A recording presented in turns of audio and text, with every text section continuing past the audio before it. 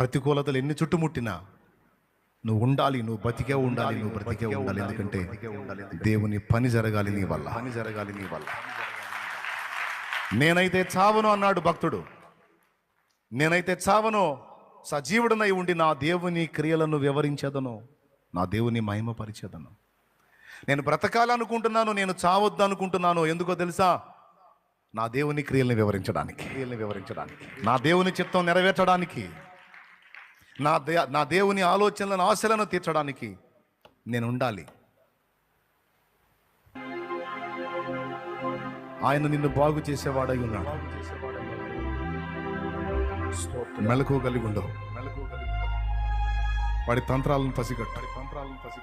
దేవునికి నిన్ను దూరం చేయాలని వాడు చేస్తున్న ఎత్తుగడలు గుర్తించి తిప్పికొట్టు. రకరకాల తంత్రాలు నీ కళ్ళకి కల్పించాడు, సూత్రాలు కల్పించాడు.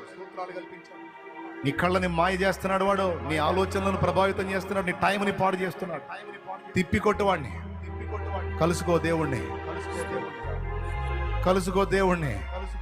హత్తుకో దేవుణ్ణి. లోకములో నుండి నిన్ను ప్రత్యేకించుకున్నాడు బిడ్డ. లోకములో నుండి నిన్ను ప్రత్యేకించుకున్నాడు. లోపాలుంటే ఒప్పుకో, పాపాలుంటే క్షమాపణ అడుక్కో, దిద్దుకో. నువ్వు ఎవరైనా క్షమించకపోయి ఉంటే వారిని ఈ రోజున క్షమించు. నీ ఎడల పొరపాటు పడ్డ ప్రతి ఒక్కరిని క్షమించు. నీ దోషాలు కూడా ప్రభు ముందు ఒప్పుకొని దేవునితో సమాధానపడు. దేవుని పిలుపు చూసావా? పరాక్రమం గల బలాఢ్యుడా. ఒట్టి మాట కాదు, అన్నంత పని చేశాడు ఆయన. ఈ పిరికోడి చేతే, ఈ భయస్థుడి చేతే, ఈ బలహీనుడి చేతే, ఈ ఒంటరిగాని చేతే ఇశ్రాయేలుకు రక్షణ తెచ్చాడు ఆయన.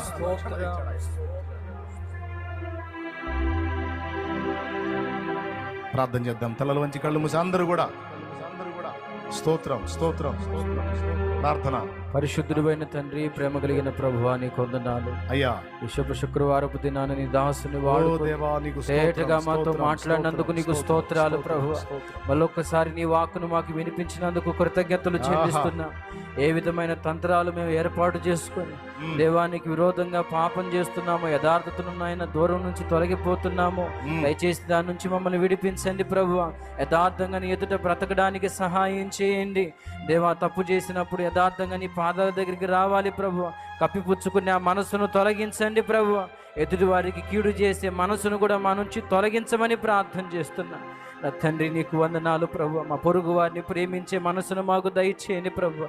నువ్వు ఎలాగైతే మమ్మల్ని ప్రేమించి మా కొరకు నీ ప్రాణ